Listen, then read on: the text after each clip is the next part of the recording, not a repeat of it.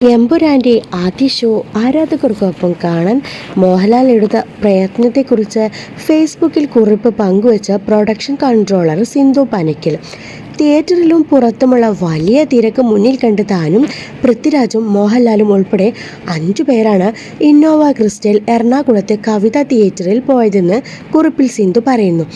വണ്ടിയുടെ ഏറ്റവും പിന്നിലെ സീറ്റിൽ തനിക്കൊപ്പമാണ് മോഹൻലാൽ ഇരുന്നതെന്നും സിനിമയിൽ ഒരു താരവും അതിന് തയ്യാറാക്കില്ലെന്നും സിന്ധു കുറിച്ചു. സിനിമയുടെ തിരക്കഥാകൃത്ത് മുരളി ഗോപി, പൃഥ്വിരാജിൻ്റെ ഭാര്യയും നിർമ്മാതാവുമായ സുപ്രിയ എന്നിവരും കാറിലുണ്ടായിരുന്നു.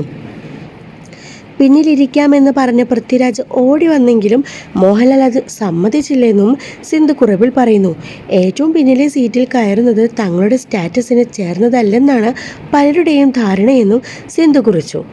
മാർച്ച് 27 രാവിലെ 5 മണിക്ക് ഞാൻ എറണാകുളത്ത് ലാലേട്ടൻ്റെ ഉടമസ്ഥതയിലുള്ള ആശീർവാദ് ട്രാവൻകൂർ കോർട്ട് ഹോട്ടലിലെത്തി. ഇന്ന് എമ്പുരാൻ റിലീസാണ്. രാവിലെ 5:30 ലാലേട്ടനോടും പൃഥ്വിരാജിനോടും മുരളിയേട്ടനോടും സുപ്രിയയോടുമൊപ്പം എമ്പുരാൻ സിനിമ കാണാൻ പോകണം. 5:30 ലാലേട്ടനെത്തി. മുരളിയേട്ടൻ ട്രാവൻകൂർ കോർട്ടിൽ തന്നെയാണ് താമസം. അദ്ദേഹം താഴേക്കിറങ്ങി വന്നു. അപ്പോഴേക്കും രാജുവും സുപ്രിയയും എത്തി. കവിത തിയേറ്ററിൽ ഭയങ്കര തിരക്കായിരിക്കും. അതുകൊണ്ട് ഓരോരുത്തരും അവരവരുടെ കാറിൽ പോകണ്ട, എല്ലാവരും കൂടി ഒരു കാറിൽ പോകാമെന്ന് തീരുമാനിച്ചു. ഞാനടക്കം 5 പേർ ഒരു ഇന്നോവ ക്രിസ്റ്റ പുറപ്പെടാൻ നേരം ഞാൻ ആദ്യം കാറിൻ്റെ ഏറ്റവും ബാക്ക് സീറ്റിൽ കയറിയിരുന്നു. എൻ്റെ തൊട്ടു പിന്നാലെ ലാലേട്ടനും ബാക്ക് സീറ്റിൽ കയറി. എന്നെ പോലെ തടിയില്ലാത്ത ഒരാൾക്ക് 2 സീറ്റുകളുടെ ഇടയിൽ കൂടി കയറുക എളുപ്പമാണ്. ലാലേട്ടൻ കുറച്ച് ബുദ്ധിമുട്ടിയാണ് കയറിയത്. ഉടനെ രാജു ഓടി വന്ന് പറഞ്ഞു, ഞാൻ ഇരിക്കാം ബാക്കിൽ, ലാലേട്ടൻ ഫ്രണ്ടിലേക്ക് വരണം. ലാലേട്ടൻ സമ്മതിച്ചില്ല. മുമ്പ് ഇതുപോലേക്ക് യാത്ര ചെയ്തിട്ടുണ്ടെന്ന് പറഞ്ഞു ലാലേട്ടൻ. ഒരു ഇന്നോവ ക്രിസ്റ്റയുടെ ബാക്ക് സീറ്റിൽ ലാലേട്ടനൊപ്പമുള്ള ഒരാൾക്ക് ശരിക്കും ഇരിക്കാൻ പോലും കഴിയില്ല, തിരിച്ചെറിഞ്ഞു കിടക്കണം.